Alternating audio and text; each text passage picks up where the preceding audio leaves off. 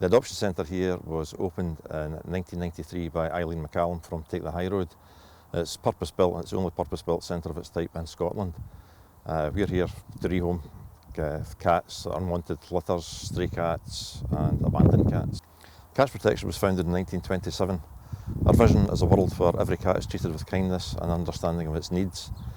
We're doing this by emphasising education, rehoming and neutering of cats to prevent unwanted litters. We have a total of 110 pens and we're divided unequally into 4 sectors. We have our isolation unit, which is 5 pens. The remainder of the cattery is built up of an admissions wing for cats that are just coming in, a kitten wing, which also forms part of a maternity wing for the kittens that are coming in, and we also have a rehoming wing, which is our main wing. These are the cats that have been signed off as fit by the vet and are ready to be rehomed to the public.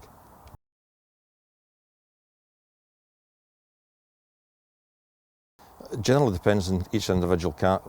Each individual cat will be treated as an individual.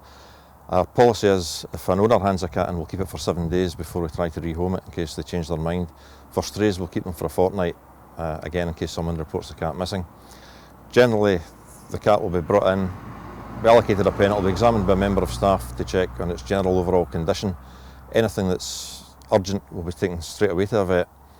Other than that, it will see a vet. Our vets come up here twice a week, so it'll see them during one of their routine visits. Every cat that leaves here will have been seen by a vet, it'll have a full medical history.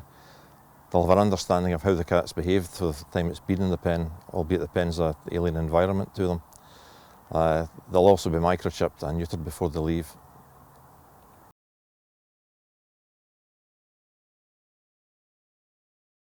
There's a total of 20 staff, including myself. We have a groundsman who maintains the garden here. We also have a full-time and 2 part-time receptionists, 2 deputy managers, and the rest are either full-time or part-time cat care assistants. Typical day, they start at 8 o'clock in the morning, and the first task of the day is to feed. Every cat in the premises will be fed at 8 o'clock in the morning. Their next task is to start issuing the medication that's been prescribed by the vets.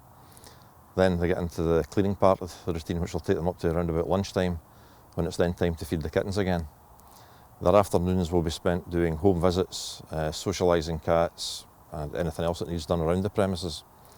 4 o'clock again is the next feeding time. Again, every cat will get fed again and medicated as per prescription.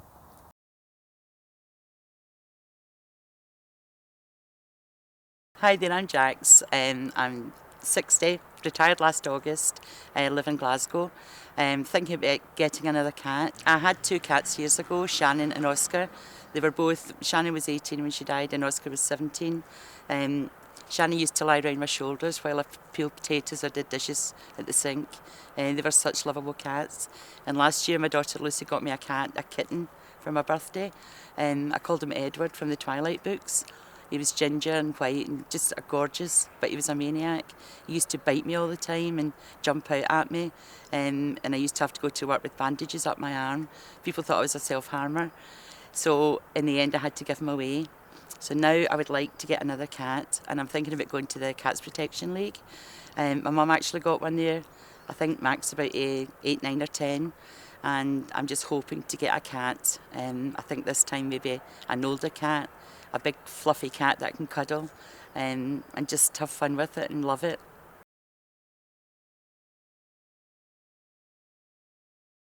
Look at this one, Mum. Gosh, I could take them home. Oh. Hello.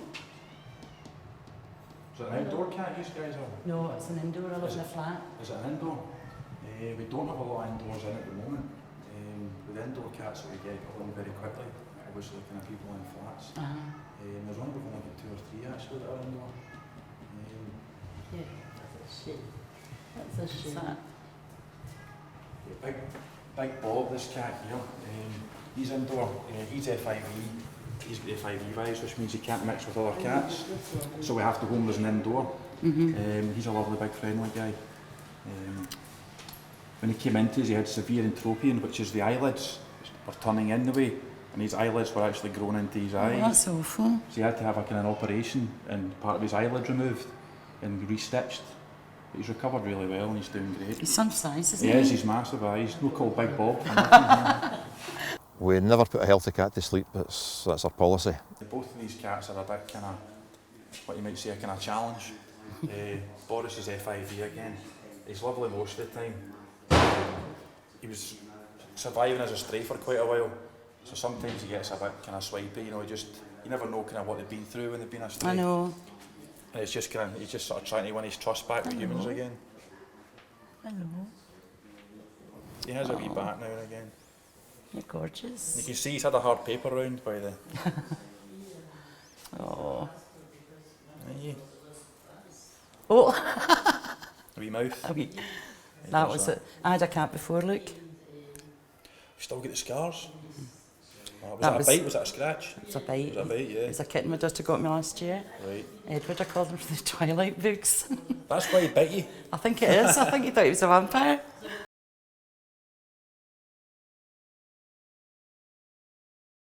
It's not exactly with no questions asked. We obviously want to know why the cat's coming back, but yes, we will take the cat back. There's absolutely no hesitation in that at all. And if for whatever reason there's another cat that's suitable for them, that's fine. But we do try to find out why the cat's coming back. Is it a behavioural issue, or we'll try to work through it. But if it's not going to work, the cat comes back. Actually, got another indoor cat that the reserve came off today. He's not in the homing wing yet. He's another FIV cat. He's very young, he's only between 1 and 2. He's called Hamish. He's a sort of ginger and white. He's an absolute sweetheart. But the family couldn't afford to take another cat. They kind of, between the time they reserved him and the time the home visit was going to get done. I can bring him through and let you see him. He's in the other wing at the moment. Okay.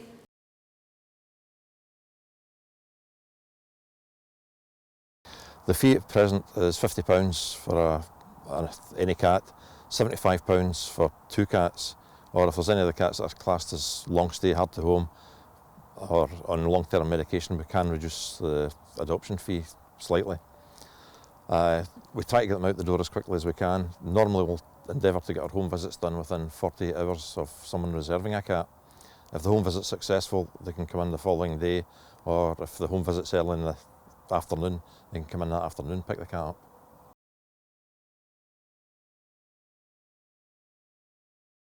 It's the bald Hamish. Hello, Hamish. It's lovely. Hello. Oh. So he was strained, but we think he's between 1 and 2 years old. Hello. Again, Isn't he lovely? He's really friendly. I think he's really friendly. He just loves getting cuddled and lots of That's what I affection. want, isn't it? I want a cuddly, when I can cuddle. My cat doesn't let you cuddle. Doesn't sit in the knee. Let him down. Yeah, big man. Hello. He's very vocal as well. Oh, that's good. He wakes up lying in the bed. We don't know how long he was strained for. Hello. Oh, he's absolutely But gorgeous. he's been really healthy. Apart from, he's been in a fight. He's contracted the FIV virus, but apart from that, he's been really healthy. Hello, come on then. Come see me. Go to see your granny. He doesn't have too many issues either. Sometimes they've been strained for a while. They've got issues with people, but he's really friendly. Come on then. Come on. Come on. Come on. Come on. He's lovely.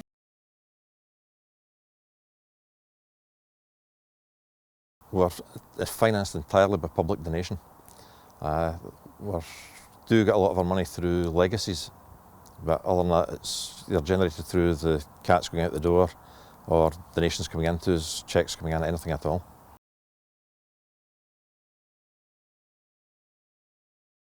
The main thing about a home visit is matching the right cat to the right people in the right location. For instance, if it's an outdoor cat, make sure the location has a garden.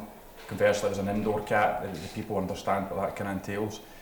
Also, just kind of basic cat care, allowing the cat a settle-in period, and just basic responsibility of owning a cat. Some people get a cat from us that haven't had a cat before, they don't know what to expect, they don't know a cat can cause a bit of damage to the house, etc. Also, we give the people a full kind of medical history and a full lowdown of the cat's past, as much as we know, if the cats came from an owner.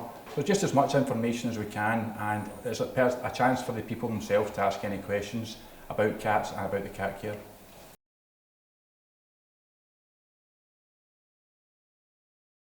The cats that you describe as kind of unsocial, or cats that have kind of had a hard time or might have a few kind of issues, you might say, they take a bit of work. We try to put them through a kind of socialisation programme, starting off in small steps, working with them and building up gradually. We've actually got one of the reception staff, Davila, who is quite gifted at working with the kind of harder to home cats. She spends a lot of time with them. At first getting into the pen, just talking with them softly, gradually building up to touching the cat and basically winning the cat's trust. It's all about winning the cat's trust over, because the cat might have been through some sort of kind of traumatic events in the past. So it's just a kind of gradual process of small steps to build the cat's trust back up so it can be part of a family again.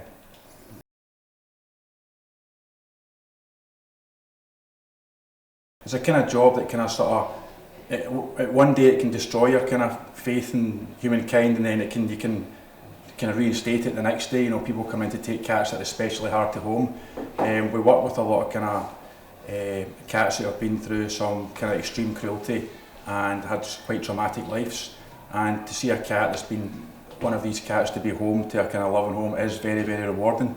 You try yourself not to become too emotionally attached to the cats.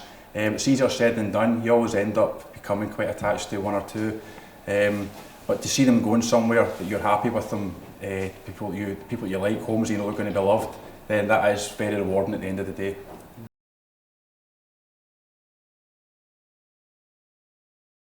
We're around about the 800 mark, 800 to 1,000 over the year.